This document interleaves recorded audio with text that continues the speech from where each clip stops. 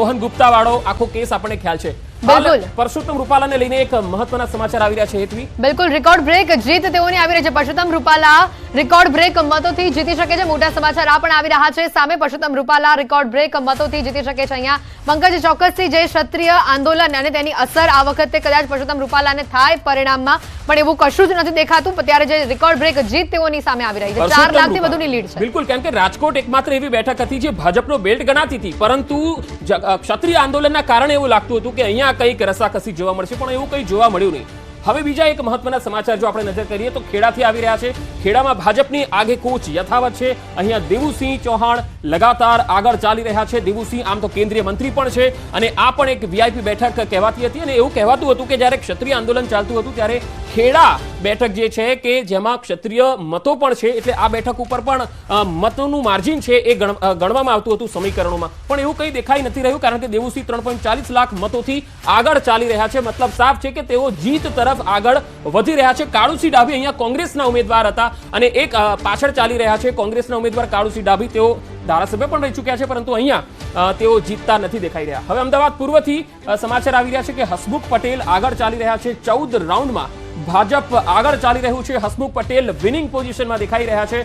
ભાજપના એચ.એસ. પટેલને 5,43,000થી પણ વધુ મતોથી તેઓ લીડ કરી રહ્યા છે અને સામે હિંમતસિંહ પટેલ કોંગ્રેસના ઉમેદવાર છે, તેઓ પાછળ ચાલી રહ્યા છે। બિલકુલ, તો જે એક બાદ એક ચિત્ર સ્પષ્ટ થઈ રહ્યું છે। શરૂઆતી જે રુઝાન હતા એ જ પ્રકારના પરિણામ અત્યારે ગુજરાતની 26 બેઠકો પર કદાચ સામે આવી રહ્યા છે। કચ્છથી વાત કરીએ, કચ્છમાં ત્રીજી વખત પણ વિનોદ ચાવડાની જીત લગભગ નિશ્ચિત મનાઈ રહી છે કારણ કે તેઓ હેટ્રિક મારી શકે છે। જે મતોની ટકાવારી સામે આવી છે, મતગણતરી જે સામે આવી રહી છે, તેમાં ત્રીજી વખત તેઓ જીત તરફ આગળ જોવા મળી રહ્યા છે વિનોદ ચાવડા। આજે કચ્છથી સમાચાર આવી રહ્યા છે મોટા। કચ્છમાં ત્રીજી વખત વિનોદ ચાવડાની જીત નિશ્ચિત મનાઈ રહી છે। વિનોદ ચાવડા એ કચ્છમાં સૌથી ફેમસ ચહેરો, સર્વ સ્વીકૃત ચહેરો અને સંગઠનમાં પણ તેઓ ઉપાધ્યક્ષનું પદ ધરાવે છે। સંગઠનમાં પણ તેમની સારી પકડ રહી છે।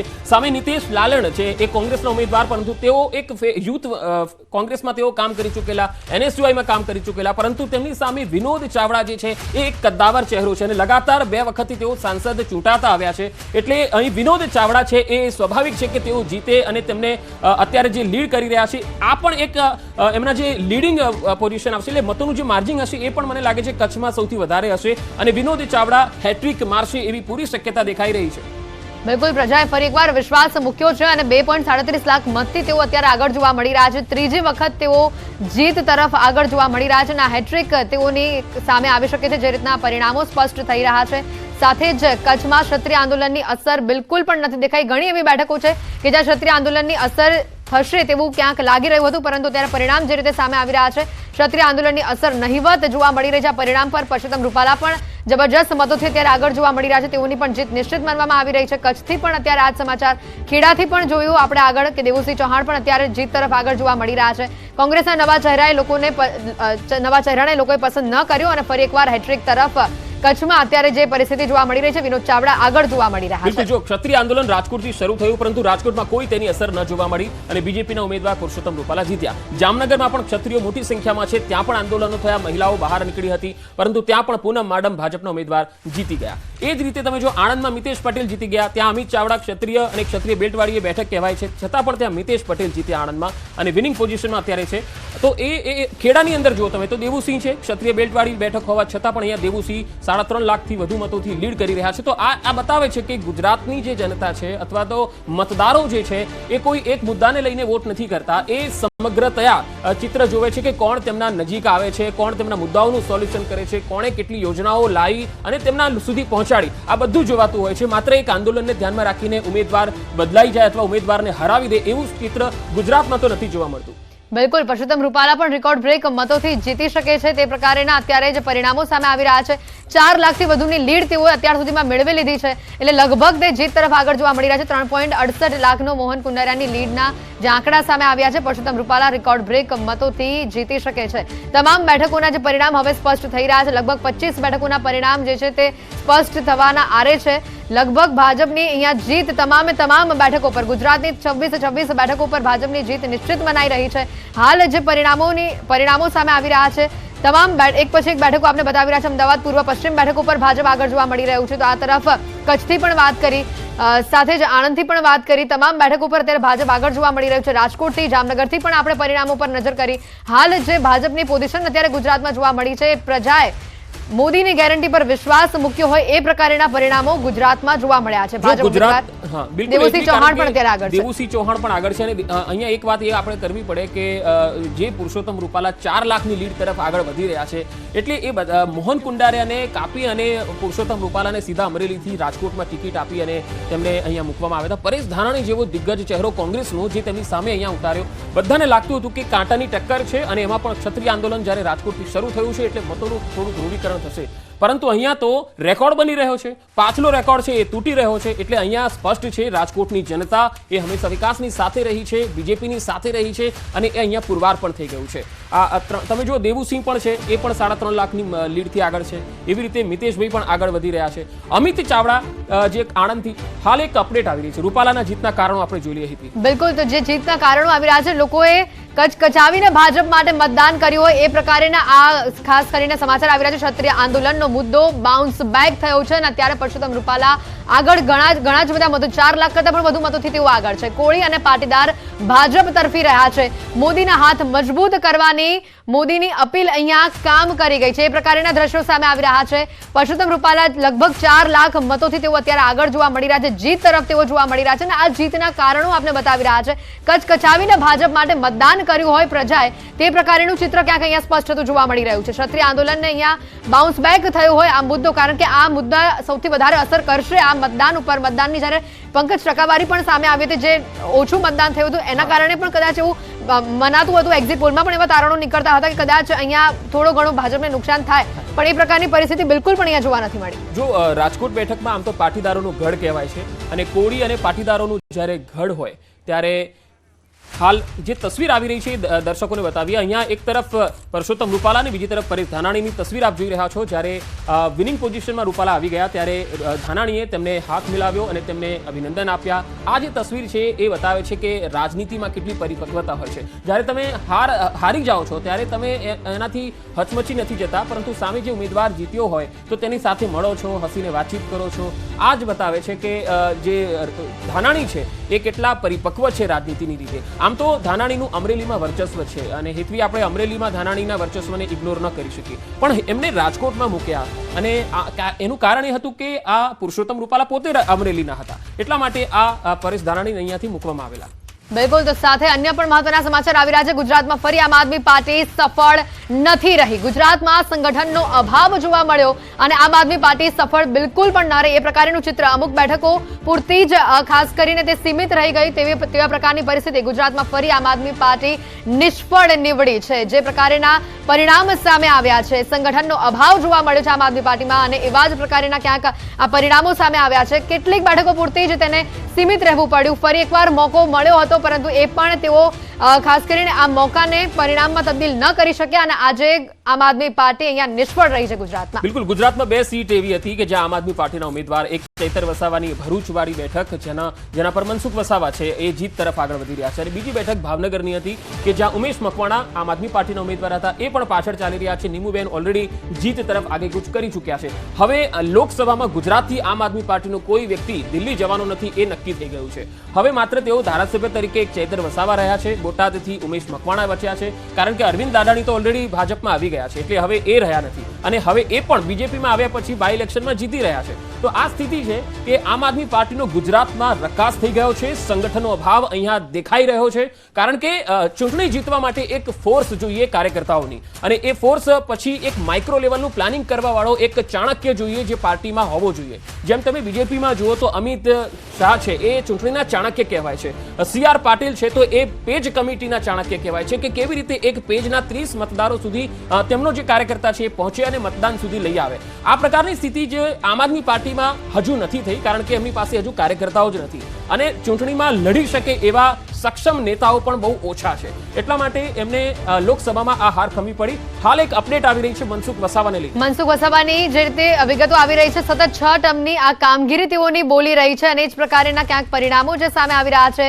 ખાસ જે વિગતો આવી રહી છે મનસુખ વસાવાની ફાયર બ્રાન્ડ છાપ અહીંયા કામ કરી ગઈ છે અને પરિણામ પણ એ જ પ્રકારેના આવ્યા છે. સતત 6 ટર્મની તેઓની આ કામગીરી આજે બોલી છે અને પરિણામ જે રીતે તમે જુઓ છો ભાજપ તરફથી ખાસ કરીને ભરૂચમાં વસાવા વર્સેસ વસાવાનો જંગ અને તેમાં જે જીત હાંસલ કરી છે તેઓની જે કામગીરી છે તેઓનું જે અત્યાર સુધીનો જે એક્સપિરિયન્સ રહ્યો છે તેઓએ જે ખાસ કરીને સ્થાનિક લેવલ ઉપર રહીને જે કામ કર્યું છે તે કદાચ કામો બોલ્યા છે અને પ્રજા એ કામોને જોઈને આજે મત આપ્યા હોય તે પ્રકારની તેઓની જીત છે. જો મનસુખ વસાવાની આપણે વાત કરી લઈએ, મનસુખ વસાવા એક એવા નેતા છે કે જે જમીનના કોઈ પણ સ્તરના મુદ્દા હોય, મતદારોના મુદ્દા હોય તો સીધા અધિકારીઓ સુધી પહોંચાડતા હોય છે. એટલું જ નહીં, પીએમઓ સુધી પણ પહોંચાડતા હોય છે. એટલે આ નેતા એવા છે જે ફાયર બ્રાન્ડ તો છે જ, પરંતુ જનતાના મુદ્દા ઉઠાવવામાં કોઈની પણ શરમ રાખતા નથી અને એ મુદ્દો છે એ પ્રજામાં ક્યાંક સ્પર્શેલો છે. કારણ કે મુદ્દા ઉઠાવે પણ એનો પરિણામ પણ આવવું જોઈએ. પછી મુદ્દા ઉઠાવીને એનું પરિણામ ન આવે તો કોઈ મતલબ નથી. મનસુખ વસાવા એની છાપ એ પ્રકારની છે કે જ્યારે જનતા કોઈ મુદ્દાને લઈને ત્રસ્ત હોય ત્યારે મનસુખ વસાવા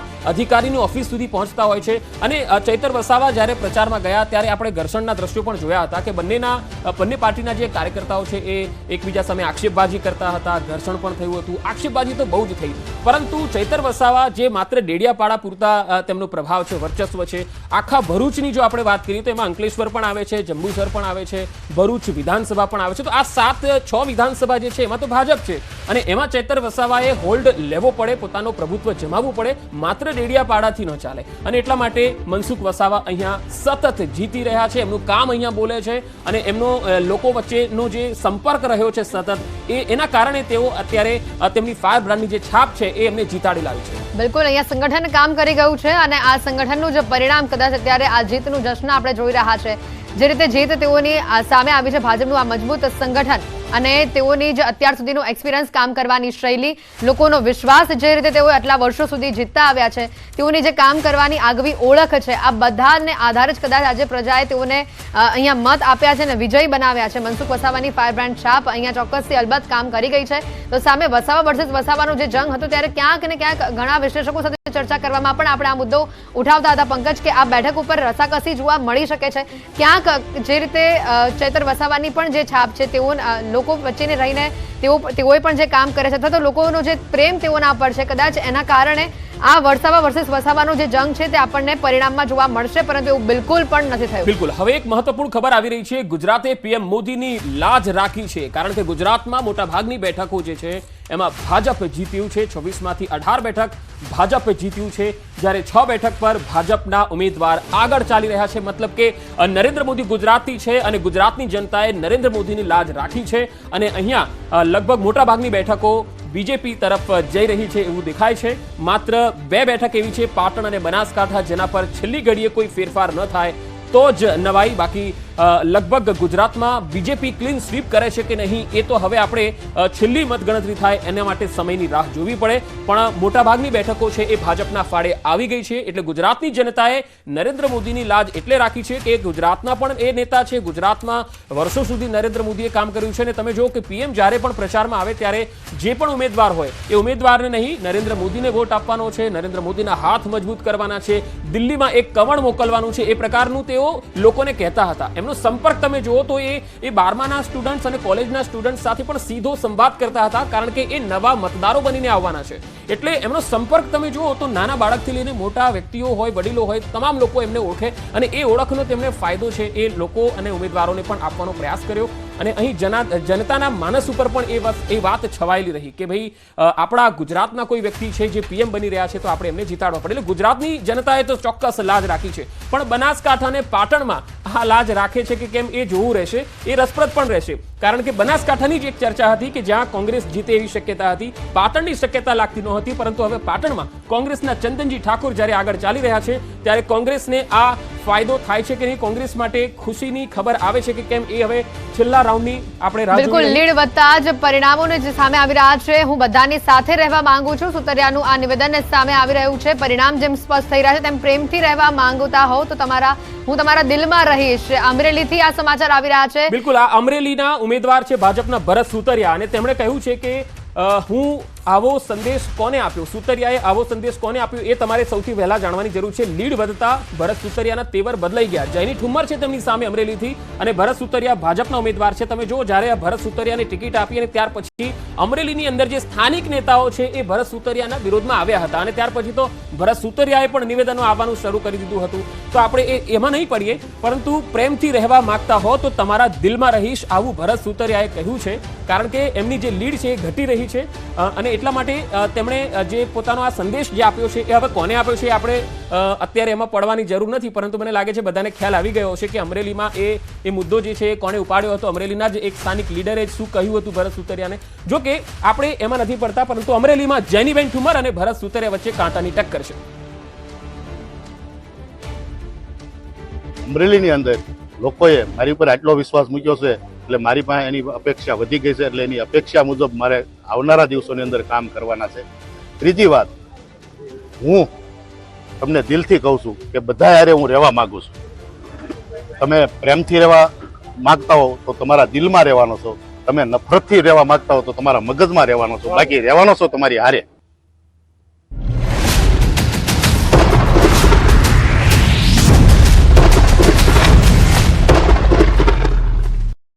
દેશની અંદર 543 લોકસભા બેઠક છે અને એનો ગ્રાફિકના માધ્યમથી આપણે સમજાવીશ કે અત્યાર સુધીનો જે સિનારીઓ સામે આવ્યો છે. એનડીએ 297 સીટો પર આગળ છે, જ્યારે ઇન્ડિયા ગઠબંધન 228 સીટો પર આગળ ચાલી રહ્યું છે, જ્યારે અધર પાર્ટી છે તે 21 સીટો પર આગળ ચાલી રહી છે.